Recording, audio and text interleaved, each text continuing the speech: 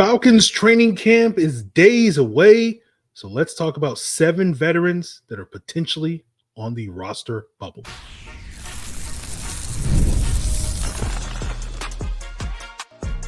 You are Locked On Falcons, your daily Atlanta Falcons podcast. Part of the Locked On Podcast Network, your team every day. Welcome back, everyone, to another illustrious episode of the Locked On Falcons podcast, your daily Atlanta Falcons podcast, part of Locked On Sports Atlanta, your team every day. And today's episode is brought to you by LinkedIn Jobs. We're going to help you find the qualified candidates you want to talk to faster. Post your job for free at linkedin.com/LockedOnNFL. That's linkedin.com/LockedOnNFL to post your job for free. Terms and conditions apply. So if you do not know me, I'm your very humble host, Aaron Freeman, a.k.a. Mr. Drew, a.k.a. Sirius Black, a.k.a. the Jolly Green Giant, a.k.a. the iron that sharpens the iron, a.k.a. Mr. a.k.a. And I've been covering the Falcons for a lifetime, formerly at falcfans.com, RIP, still going strong in this illustrious podcast. And I thank each and every one of you that is an everydayer of this illustrious podcast that goes strong with me each and every day, that wakes up, rolls out of bed, gets off of work, whatever, and makes this podcast your first listen each and every day. And all you got to do to become an everydayer is to subscribe or follow for free on YouTube or wherever you listen to podcasts to get the latest episode as soon as it is available. And the latest episode today on Locked On Falcons is going to be 7 players that I consider to be on the roster bubble. I'm sure many of you out there have other players that you would add to your list, and some of these guys you may or may not agree with. But of course, I all ears in the comments. Let me know some other guys that you think are on the roster bubble. But we'll start off today's talking about Taylor Heinicke, where I think the quarterback position is arguably the deepest position on the roster in terms of, from top to bottom. And, that tends to lead to potential bubble players because that means you might wind up cutting good players. And that may be the case with the Falcons cutting a good player in Taylor Heinicke, depending on who you ask, right? But we've discussed this before already this offseason, whether or not Taylor Heinicke is going to be one of the 3 quarterbacks the Falcons decide to keep this year. Because we know that NFL teams keep 3 quarterbacks. It's just a question of how you keep those 3. Do you keep 3 on the roster? Do you keep 2 on the roster and then 1 on the practice squad? Last year, the rules for the emergency third quarterback tempted teams, including the Falcons, who decided to keep Logan Woodside as their third quarterback instead of Parker Hesse. And, the agenda is still going strong. But last year, the emergency quarterback rules for the third quarterback meant that you had to carry that third quarterback on your 53-man roster in order to have that guy potentially come in for the rare chance that, something happened to you in the middle of a game like the 49ers happened a couple of years in the NFC Championship game where both of your top 2 quarterbacks go down with injury and you're forced to play. But they changed the rules now where that third guy can be a practice squad guy, where that guy won't be on your active roster, your 48-man active roster. You can elevate that guy from the practice squad, but he could still potentially play in a game as that third quarterback in that very rare event where your top 2 guys go down. So that means that the Falcons won't be as compelled to carry 3 on the roster this year as they may have been last year. But, we know 2 of the quarterbacks the Falcons will carry, and Kirk Cousins and Michael Penix Jr. Who's going to be the third guy? Is that going to be John Paddock? Is that going to be Taylor Heinicke, right? Now, I would be skeptical of it being John Paddock because I don't see a world where the Falcons, have 2 rookies playing behind Kirk Cousins, in part due to, this is not meant to be a negative towards Kirk Cousins, but, the ego aspect of it, of not having to look over his shoulder, waiting to be replaced, right? And so I think Taylor Heinicke, for that reason, is likely to make the Falcons roster when we get to the regular season, just to have sort of to be the Matt Schaub to Kirk Cousins' Matt Ryan, if you understand that, veteran in the room that Kirk doesn't have to be threatened by, right? But of course, that's not a guarantee, right? Especially in a world where Michael Penix balls out this summer and Taylor Heinicke kind of lays an egg this summer, you'll feel less compelled to try to keep that Matt Schaub on the roster, so to speak, if you know that your third option waiting in the wings is a much better option should, circumstances dictate that Kirk Cousins won't play at some point this year. So, we'll see, right? Could there be a team, that calls up the Falcons and wants to trade for Taylor Heinicke at the end of the summer, right? That they have an injury at their quarterback position and want sort of a cheap backup a cheap option to potentially start for them, right? Taylor Heinicke for any acquiring team would only cost them about $1.2 million to pick up. That's basically the veteran minimum. Now, for those same reason, it doesn't seem like the Falcons are likely to cut Taylor Heinicke for cap purposes, just because you're only going to free up about $1.2 million in that regard. And so that's not really moving the needle from a cap standpoint to any significant degree to prompt the Falcons to want to move off of Taylor Heinicke. But, we'll see how it all plays out this summer, right? Like if Penix is light years better than Taylor Heinicke, that's going to change the math on this conversation. If John Paddock is out here killing it in the fourth quarter of preseason games, that was going to change the math. If there's, a bunch of other guys that are playing well in the preseason and get cut, that might change the math as well. So we'll see on that. But I think a lot is up in the air. But I do have Taylor Heinicke on my current 53-man roster projection. You're right. I think, he's not a lock by any means. I would guesstimate his odds of sticking on the roster, I think, are above 50%, like maybe 60, 65%, somewhere in that range. But most of the players that I have on my 53-man roster projection, like at least the top 45 or so guys, like all of their, I would guesstimate their roster odds are like in the 80s or 90s. And so that does mean that Taylor Heinicke is closer to a coin flip than most of the players that I have on my 53-man roster projection, which makes him, to me, by definition, a bubble player in that regard when you're close to that coin toss. So, I think the decision to keep Taylor Heinicke, to me, is a fascinating one, just because, like, we haven't gotten into it that deeply, but we've been hinting around it because we're just kind of waiting for, the potential, and I stress the words potential, quarterback controversy that may be coming in Atlanta. It won't involve Taylor Heinicke, right? It's going to be between Kirk Cousins and Michael Penix. Now, as we've said from the jump, that if the Falcons win games, no one's going to care about the quarterback controversy. It's going to be Kirk's team. But in an event where the team doesn't win games, that's going to create, buzz, I guess you could say, for, Michael Penix to come in and get the opportunity. It's going to create more questions. Like, people have already been questioning the Falcons' decisions at the quarterback position for several years, and including this offseason. Why did you pay Kirk Cousins $100 million in guarantees? Why did you take Michael Penix as high as you did, right? But one of those questions is, like, why did you keep Heinicke if you planned on drafting a quarterback high, right? Like, that's an intriguing question to me, right? And of course, one answer is the Falcons are just completely discombobulated, don't really know what they're doing. And, like, all teams make it up as they go along, but the Falcons are, like, really making it up as they go along. Right? That's one interpretation of this offseason. I tend to, even as someone who's skeptical and negative as I am, Mr. Drew, negative Nancy, right? Like, I tend to believe that the Falcons aren't that discombobulated, aren't that crazy. They're making it up as they go, but it's not so much to that degree, right? But one does wonder, like, at the time when they had to make the decision in March 11th to sign Kirk Cousins, March 16th or so, before they had to make a decision whether to keep or cut Taylor Heinicke, they ultimately kept him and asked him to take a pay cut. Did they know at that time that they were going to draft Michael Penix? And I think that's a fair question. Like, did they have a good feeling about Michael Penix at that point? Probably. But did they know, right? Like, and you hear some of the timeline stuff where it's like it really wasn't until the beginning of April before the Falcons became convinced Penix was their guy. So who knows at this point in time? But to me, I just sort of assume, giving the Falcons the benefit of the doubt, that they kept Taylor Heinicke for a reason, even with the knowledge that they were potentially going to take a quarterback in round one, right? And to me, my read on the situation is, they fully intended to redshirt Michael Penix this year. Just let him sit and learn as that QB3. He'll probably be inactive to start the season. Whether he'll stay inactive for the rest of the season remains to be seen, because, again, a lot can happen during the season.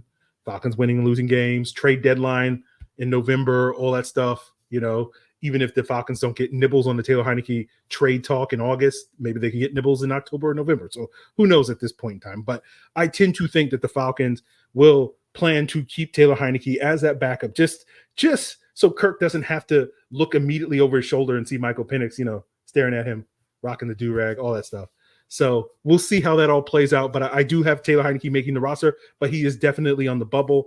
As they say, plans, the plan is, I think, to keep Taylor Heinicke, but plans do change. Everybody has a plan until they get punched. And if you're the Falcons and it comes to the quarterback situation, their plans change all the time. They've had like 7 different plans at the quarterback position over the last 3 years. So, we'll see what changes in the future. So changes will happen again. So we'll see how that all plays and where Taylor Heinicke is involved in that. But I tend to think that as of right now, Taylor Heinicke is likely to make the roster, although he is by no means a slam dunk in that regard. So we'll see how it all plays out this summer. Again, I think how guys perform on the practice field in in-preseason games will affect this conversation, and we'll have a better idea of that a month from now than we do today. So we'll see how it all plays out.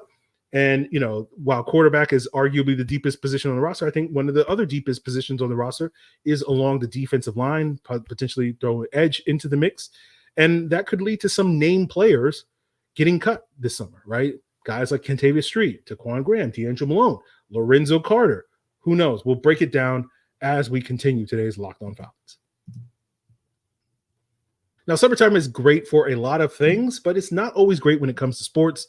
With the playoffs being done and very few sports, active during this part of the season, sports aren't sporting like they used to, but FanDuel's here to keep the party going because they are hooking up all customers with a booster bonus daily. That's right. There's something for everyone every day, all summer long. Head over to FanDuel.com and start making the most out of your summer. And if you're looking forward to the upcoming NFL season, of course, you believe in the dreams of Kirk Cousins, take the Falcons Super Bowl odds, 12th or 13th best odds, I think, active currently over at FanDuel Sportsbook. Or if you're not a believer in the Falcons, maybe you want to buy in on Michael Penix's Rookie of the Year odds because we'll see him sooner versus later. They have those odds over at FanDuel. So make the most out of your summer by heading over to FanDuel.com. FanDuel is an official sports betting partner of Major League Baseball. So continuing today's episode, talking about the defensive line in the front 7, really, and looking at the D-line and edge rushers mainly as opposed to seeing an individual that's on the bubble at that group. There's several guys that I think are on the bubble. We'll talk about Eddie Goldman a little bit later in today's episode as a bubble player, but we'll leave that conversation, talk about some other players right now. But, something that you guys shouldn't leave aside is the Locked On Sports Today free 24/7 sports streaming channel program for you each and every day for the biggest stories. And it's free and available on YouTube, streaming 24/7, or the free Amazon Fire TV channels that have part of Locked On Podcast Network, your team every day. So the 3 guys that I'm mainly looking at in this position group are Taquan Graham, Kentavius Street, and DeAngelo Malone, I think are on the bubble. Right. And all those guys came to Atlanta at some point with expectations, right? Taquan Graham was a starter 2 years ago in 2022, got hurt. Falcons since then have added a bunch of guys to that D tackle room. Does that push him out the door? Now, what TQ brings to the table is his run stopping abilities, but is that as valuable in 2024 as it was maybe a year or two ago before they had Zach Harrison and Ruka Roro and Mikael London also in that D-line mix? Then you look at Kentavius Street. It's kind of the opposite of Taquan Graham, who's Street's value is maybe he brings a little bit more juice as a pass rusher than some of those other guys. So that may give him a leg up. But the challenge that he's going to deal with is, he spent all of his career playing in a 4-3, right? In San Francisco, New Orleans, Philadelphia, and Atlanta, playing as a 4-3 defensive end or defensive tackle.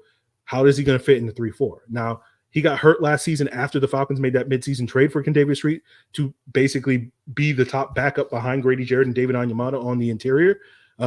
Did not expect him to be re-signed, but he was re-signed. So we'll see how he figures into the mix. And then you have DeAngelo Malone, who was a player that last year, former 3rd-round pick and back in 2022. So a premium draft pick. But we went into last year here on this podcast talking about him probably not going to play a lot. He was a lot of other people's breakout candidate last year. And we were like, how is he going to be a breakout if he doesn't get on the field? Now, I never would have thought he only played 3 snaps last year. I would have thought that number would have been maybe closer to 90, 150 some odd snaps, not 3. But, I don't think that him getting on the field much more than that was really on the table. But, is he better positioned now to get increased playing time? I don't know. Because he's still kind of stuck behind guys like Arnold Ebiketie and Lorenzo Carter at that edge rusher room. The Falcons add another 3rd-round rookie in Braylon Trice, who they have a vested interest in seeing him develop now with this new regime. You bring in a veteran like James Smith-Williams. You bring in another guy like Bradley Anai. Is DeAngelo Malone really bringing anything to the table that those guys don't also bring to the table? Now, I think that the asset that DeAngelo Malone does have relative to some of those guys, especially the non-starters, is his speed. But again, is that going to be something that you covet on defense because Lorenzo Carter and Arnold Ebiketie also have great speed. Now, I think it's something that you could covet on special teams, and I think that's really the key to DeAngelo Malone making the roster because he's been a more productive special teams player than, Lorenzo Carter or James Smith-Williams or Bradley Anae or Braylon Trice, because Braylon Trice barely played any special teams in his college career. So that is something I think DeAngelo Malone does bring to the table. So I'm very curious to see how it all shakes out for these three guys, right? That if you told me today that none of these three guys are on the Falcons roster in week 1, I wouldn't be surprised. But I personally, at this point in time, do have Taquan Graham and DeAngelo Malone making the cut on my 53-man roster projection, but I don't feel particularly confident about those projections. And I think similar, like how guys perform, how Trice, how James Smith-Williams, Bradley Anae, Ruka Roro, LaCale London, Zach Harrison, Brandon Dorless, et cetera, how they perform in training camp and in the preseason is going to impact some of these guys' chances of making the roster. So, I think it hurts these three guys in particular just because the Falcons use 3 draft picks on similar players with similar roles, similar skill sets in Ruka Roro, Braylon Trice, and Brandon Dorless on the team. And the Falcons have a vested interest in those guys, succeeding moving forward. And the other challenge, I think, for all of these guys is we don't know how deep this rotation is going to be up front under Raheem Morris. Now, with Ryan Nielsen, he was a big believer in having like 9 or 10 guys deep on the D-line that he can rotate in and out of the game. But you look at Raheem Morris, we've spoken on this on the podcast in the past, like typically when he was with the Rams these last couple of years, he would have a kind of like 7-man rotation. He kind of have like a core 6 or 7 guys that he liked to play and then wasn't really getting a ton of snaps to guys beyond that. And I think you can kind of guess at least 5 of the core 6 or 7 guys that you are likely to have in terms of David Onyemata, Grady Jarrett, Zach Harrison, Arnold Ebiketie, and Lorenzo Carter. I think those 5 are guys that are likely going to be core players for this team. And so how many more opportunities does it leave for a Graham, a Street, a DeAngelo Malone, a Braylon Trice, a Brandon Dorless, et cetera, that, are be on the roster, may be on the roster, but may not get a ton of playing time if they even do stick it on the rosters. Now, let's talk about Lorenzo Carter, who I just mentioned, who I think is a core, one of those core 5 players that are going to stick on the roster. But, it wasn't as if we went into this offseason thinking Lorenzo Carter was a lock to make the team, right? We thought of him as a potential cap cut at the beginning of the offseason, right? His cap hit this year is nearly $5 million. The Falcons can save $3.75 million of that if they were to cut him this summer. And those, unlike Taylor Heinicke, are not insignificant savings. You can get 3 or 4 players at that price to, fill out other areas of the roster. But when we were talking about cutting Carter back in February and March, that was under the assumption, right, that the Falcons were going to make significant upgrades at the edge rusher position this offseason, and they really didn't do that. They added James Smith-Williams and Braylon Trice, and I don't think either one of those players are better than Lorenzo Carter is, right? Now, maybe you disagree on that. Carter is a 5 out of 10 player, but, I think every edge that's not Arnold Ebiketie, I have not seen enough from them to label them as anything more than a 4 out of 10 player. So, that's going to be, I think, the thing that's going to help Lorenzo Carter stick. He's a proven option. I know proven doesn't mean a whole lot to most fans. I think it means more to coaches, the guys that are ultimately making the decision to make up the roster. Coaches want guys that they know can do the job rather than fans tend to, glom onto guys that they think could do the job, right? So we'll see, right? Even in a world where the Falcons add more help to that edge rusher room, which I don't know if we're living in that world because it doesn't seem like the Falcons are that interested in doing that. They've had basically 6 months to bolster that position. They haven't done it. So maybe it's on the horizon. But, some of the top names like a Yannick Ngakoue or Carl Lawson, those guys really at this point in time in their careers are kind of situational pass rushers. So even in a world where the Falcons did sign one of those guys, you'd probably still keep Lorenzo Carter just because of his plus value as a run defender that he has over some of these other edge rushers in the room. So I won't say Lorenzo Carter is a lock, but I do feel like his roster odds are at least 90%. And that to me is virtually a lock when it comes to roster odds. But again, the math may change a little bit if, he misses 3 weeks due to a tweaked hammy or a twisted ankle or something like that, and other players emerge over the course of the summer. That's going to change it. But I think barring that type of injury, I think Lorenzo Carter is a fairly safe bet to stick on the roster. But I can't say the same thing for guys like Kentavius Street, Taquan Graham, and DeAngelo Malone. And I certainly would not claim Eddie Goldman or Kevin King to be safe bets despite the fact that, similar to Lorenzo Carter, they kind of have proven track records based off of their overall body of work relative to some other options the Falcons have at those positions. Not to mention the Falcons have opening at nose tackle, at cornerback, that you would theoretically think a proven player like an Eddie Goldman, like a Kevin King, would be ideally suited to start for the Falcons at those two positions, yet they're not seen as front runners. And we'll break down why they're not and why they're on the roster bubble as we wrap up today's Locked On Falcons. Now, in the NFL, you want to find quality professionals that are going to fit your team. That's really what training camp in the preseason is all about. And the same is true for your small businesses, and that's why you have to head on over to LinkedIn Jobs. You don't have to sweat it out in the Georgia Heat. You can just go to LinkedIn Jobs, where they have the right tools to help you find the right professionals for your team faster and for free. LinkedIn isn't just any old job board. It is going to help you hire professionals that you can't find anywhere else, even those who aren't actively searching for a new job, but just might be open for that perfect role. In a given month, over 70% of LinkedIn users don't visit other leading job sites. So if you're not looking on LinkedIn, you're looking in the wrong place.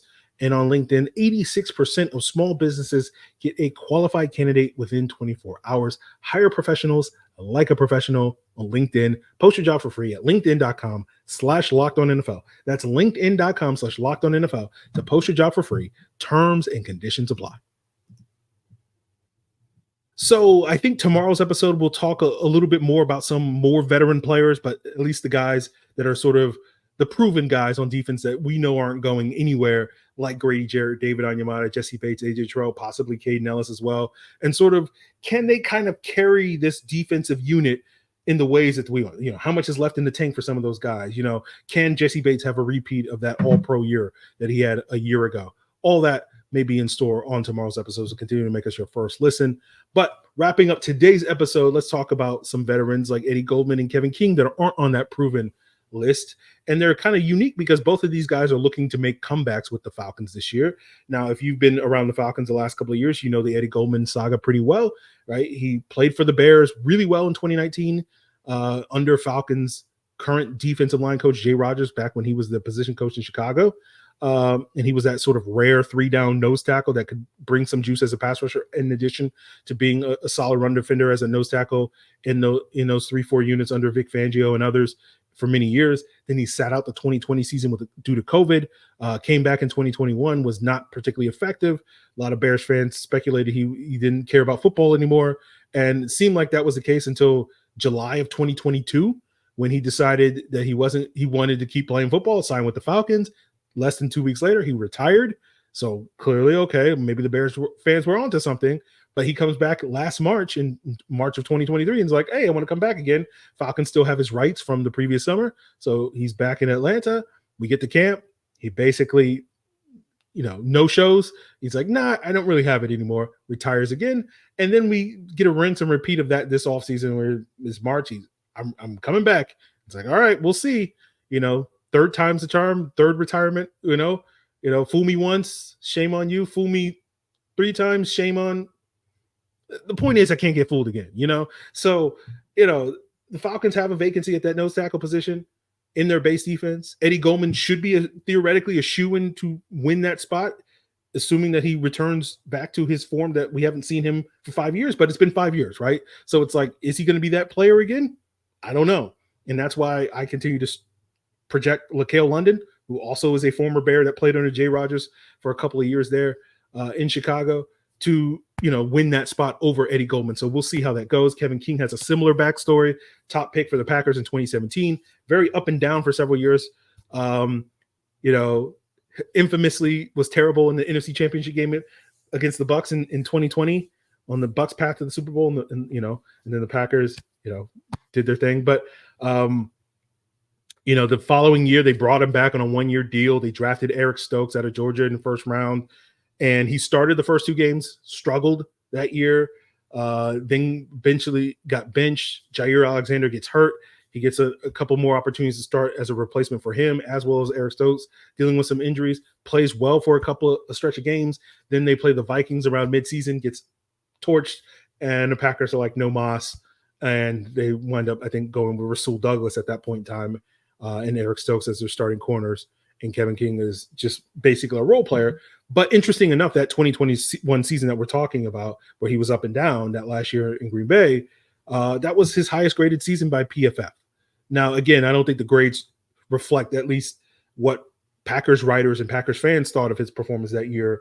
But, it's been 2 years since then.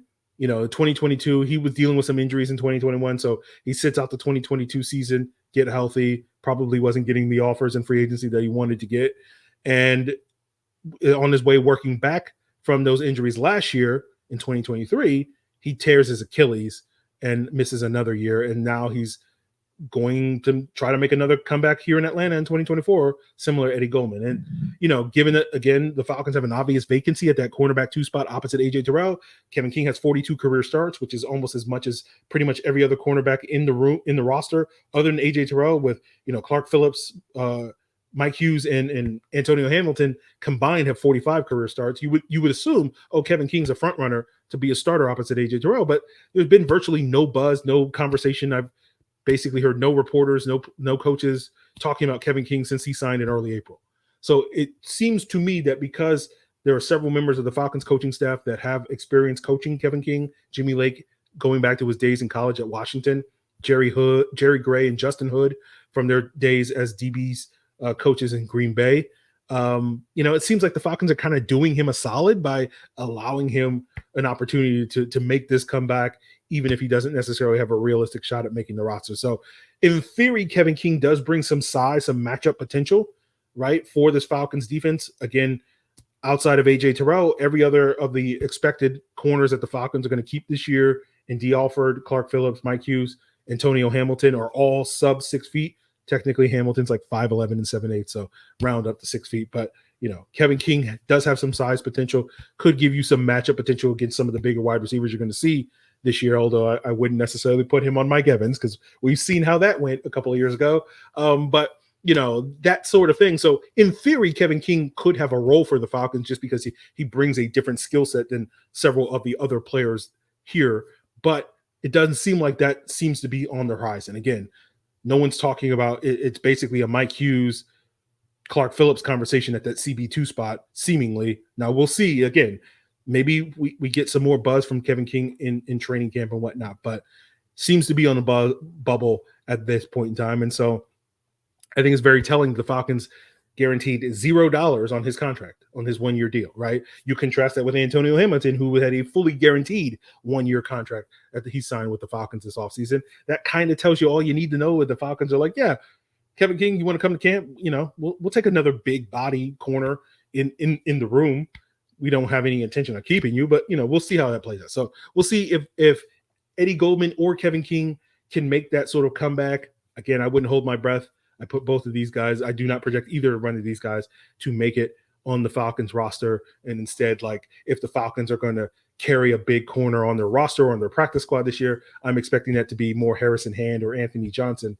So we'll see on that front. And then LaKale London and Zion Logue, the Falcons 7th round pick, I kind of expect to get the nod over Eddie Goldman. So we'll see if that math changes and we're, revisiting these topics again. Training camp, you never know what's going to happen. Injuries, preseason, all that stuff, can impact these battles, but we'll have to sort of see how that goes. And so, there's going to be cuts at the end of August where there are going to be some of these players that we're talking about on today's episode, and I'm sure some other guys that at various points over the last few years, people had high hopes for once upon a time, right? I know there was, a big DeAngelo Malone hive a couple of years ago. I know there was a TQ Graham hive a couple of years ago.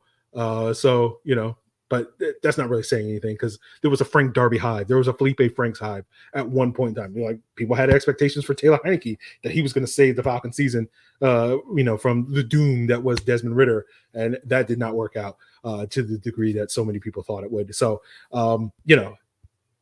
basically what I'm saying is every player, all 90 guys on the Falcons roster, there was somebody out there that's like, this guy's going to be our secret weapon, But, that may not be the case this summer. So we'll see what these 7 guys do. I'm sure, of course, I would love to hear your feedback on some other guys that you think are on the roster bubble. We have more to come, including tomorrow, where we'll talk about some of these veterans and what, how much left they have in the tank and what we can expect out of some of these star defensive players. We'll also have a Falcons historian player shootout later this week with with David Shealy going up against Kevin King on Desmond Trufant. So stay tuned for that on Tuesday night, I believe. And of course, training camp kicks off on Wednesday. So continue to make Locked On Falcons your first listen all week long so that you can get the scoop on that. All you got to do is subscribe or follow for free on YouTube or wherever you listen to podcasts. Check out Locked On Sports Today, Locked On Sports Atlanta, Locked On Hawks, Locked On Braves, Locked On Bulldogs. It's all part of Locked On Podcast Network, your team every day.